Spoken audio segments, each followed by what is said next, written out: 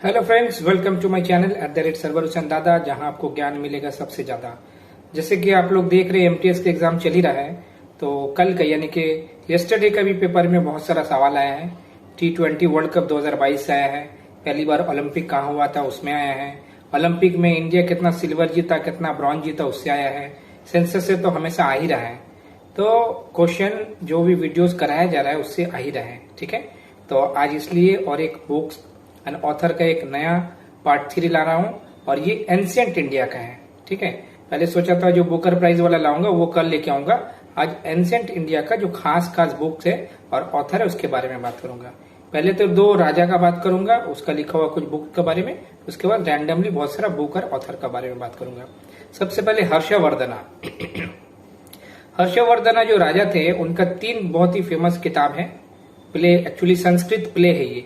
नागानंदा, एक प्रियदर्शिका और एक रत्नावली। ठीक है, ये है। और ये कब से कब तक ग्रीन किए थे इंडिया में? 606 एडी से लेके 647 एडी तक। और एक सवाल मुझे याद है, बहुत साल पहले मैंने देखा था, हमारे जो प्रॉफिट है हजरत मोहम्मद साहब, उनका कंटेम्प्रोरी राजा इंडिया में यही थे। ठीक है, जैसे कि आपको मालूम है 570 का करीब उनका जन्म हुआ था प्रॉफिट का, और 630 से 31 में उनका वफात हुआ था। ठीक से हमको याद नहीं है अभी। ठीक है, तो ये जो थे हर्षवर्धना, ये कौन सा डायनेस्टी से थे? इनका डायनेस्टी का नाम बोला जाता है पुष्यभूति और वर्धना डायनेस्टी। ठीक है, इनके पिताजी का नाम क्या था? प्रभाकर वर्धना, और माताजी का नाम था यशोमती। ठीक है, और इनका कैपिटल कहाँ था? कनौज में था, जो कि अभी उत्तर प्रदेश में है। कनौज में क्या क्या चीज फेमस है पता है? वहां पर अतर जो होता है ना, इतर, वो बहुत ज्यादा फेमस है कनौज में। और इनको ये इनका जो नॉर्थ इंडिया में बहुत बड़ा साम्राज्य था, मगर साउथ में एक राजा थे चालुक्य राजा पुलकेशिन II। ठीक है, नर्मदा रिवर का बैटल में इनको हराता है वो।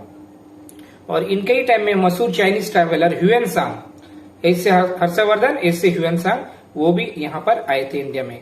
और वो अपना विवरण में इनका क्या नाम लिखे थे? शीलादित्य राजा। ये याद रखेंगे। हर्षवर्धन, ह्यूएनसांग अपने विवरण में हर्षवर्धन का नाम क्या मेंशन किया है? शीलादित्य राजा। और इनका एक कोर्ट पोएट था, उसका नाम था बाणभट्टा। उन्होंने इसका हर्षवर्धन का बायोग्राफी भी लिखा है बाणभट्टा ने, हर्षचरित्र। याद रखेंगे, हर्षचरित्र कौन लिखा? बाणभट्टा, हर्षवर्धन नहीं। और बाणभट्टा का और एक फेमस किताब है कादम्बरी। ठीक है, तो हर्षवर्धन से हो गया। अब एक दूसरा राजा है, उनका नाम है श्री कृष्ण देवराय।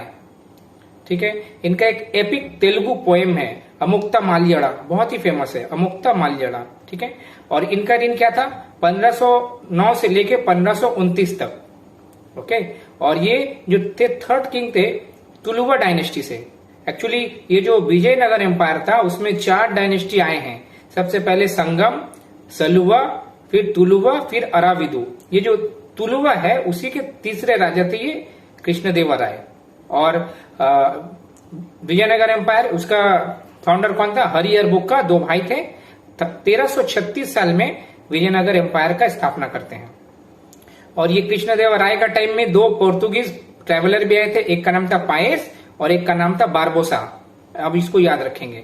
और इनका ही सभा में अष्टदिग्गजा यानी कि 8 बहुत ही कोर्ट में बढ़िया बढ़िया लोग बैठते थे, उसमें से 2 का नाम बता दूं। एक का नाम आपने सुना होगा, कार्टून में देखा है, या फिर एक सीरियल भी आता था, तेनाली रामा इनके ही कोर्ट में थे। और एक पेदन्ना को क्या बोला जाता है? फादर ऑफ तेलुगु पोएट्री भी बोला जाता है। ये आप लोग बाई प्रोडक्ट का तरीका से याद रखेंगे। अच्छा, अब कुछ ऑथर का नाम ले लेते। कालिदास, बहुत ही फेमस संस्कृत ऑथर। इनका 3 प्ले और 3 पोएम बहुत ज्यादा फेमस है, जैसा कि अभिज्ञानम शकुंतलम, ये एक प्ले है। अच्छा, मालविकाग्निमित्रम, ये भी प्ले है। और विक्रमा उर्वशी, ये भी एक प्ले है। और इनका जो 3 पोएम है, एक है मेघदूतम, बहुत ही फेमस है, कुमार संभवा और रघुवंशम। ये जो मेघदूतम है, इस पे रविन्द्रनाथ ठाकुर का भी एक कविता है जो उन्होंने बाद में लिखा था। ओके, अच्छा, अब हम लोग देख लेते हैं और भी कुछ ऑथर और कुछ बुक्स के बारे में एंशिएंट इंडिया का, जो कि हमेशा एग्जाम में आता है। आइए देख लेते हैं। आप लोग इसे बहुत ही बढ़िया से प्रिजर्व करके रखेंगे और हमेशा दिखते रहेंगे। यही सबसे हमेशा मोटा मोटी आते रहता है। ठीक है, अगर किस्मत बहुत ज्यादा खराब रहा तो जो इंसान ऊंट में भी चढ़ा रहता है तो उसको डॉगी काट लेता है, तो वो तो अलग बात है, मगर ये सब मोटा मोटी आता है। और एक ऑथर थे वराहमिहिर। ठीक है। वराह मीरा, उनका लिखा हुआ सबसे बढ़िया किताब थे पंच सिद्धांत, ओके, और बृहद संहिता, ठीक है। अच्छा, और एक ऑथर का नाम है विशाखा दत्ता, ये भी फेमस ऑथर थे एंशिएंट इंडिया के। मुद्रा राक्षसा और देवी चंद्रगुप्तम, इनका 2 किताब है। अब हम लोग बुक्स का नाम लेंगे और ऑथर का नाम लेंगे। सबसे पहले राज तरंगिनी, जो मैंने कल दिया भी था सवाल में 7 बजे जो आता है, ठीक है, वो कौन लिखा था? कल्हन, और इसमें कश्मीर के बारे में लिखा हुआ है, ये आप लोग से पूछा जा सकता है। नाट्य शास्त्र, नाट्य शास्त्र भरत का लिखा हुआ है, भरत, ठीक है। अच्छा, सूर्य सिद्धांत, ये आर्यभट्ट का लिखा हुआ, जिन्होंने हमारे हिंदुस्तान को, पूरा दुनिया को 0 दिया, आर्यभट्ट। और हम लोग का जो पहला सैटेलाइट था 1975 में, आर्यभट्ट नाम ही था, वही ऊपर गया था। अच्छा, उसके बाद आता है आईहोल प्रशस्ति। आईहोल प्रशस्ति कौन लिखता है? रवि कीर्ति। और कामसूत्र वात्स्यायन लिखता है।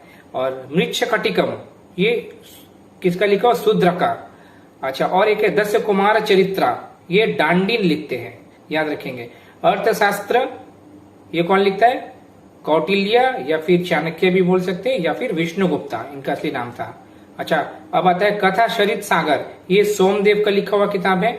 अच्छा, बुद्ध चरित्र, ये अश्व घोष ने लिखा है। पंचतंत्र, ये हम लोग का छोटा में भी बहुत सारा टीवी में कार्टून वगैरह होते था, मैंने देखा है।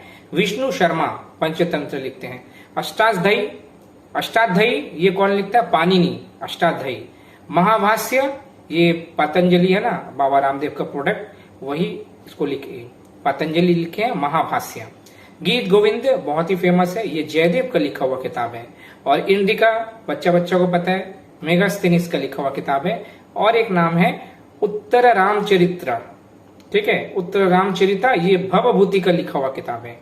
तो ये सब एंशिएंट इंडिया का कुछ खास किताब था, आप लोग देखेंगे, आप लोग के एग्जाम में कभी भी आ सकता है, ठीक है। और कल हम लोग बात करेंगे जो भी हिंदुस्तान का बुकर प्राइज जितना मिला है जो ऑथर को, उसके बारे में, ओके। अगर ये वीडियो आपको अच्छा लगा तो लाइक करें, शेयर करें, सब्सक्राइब करें, प्यार बांटे, खुशियां बांटे और ज्ञान तो जरूर बांटे। मिलते हैं अगले वीडियो में।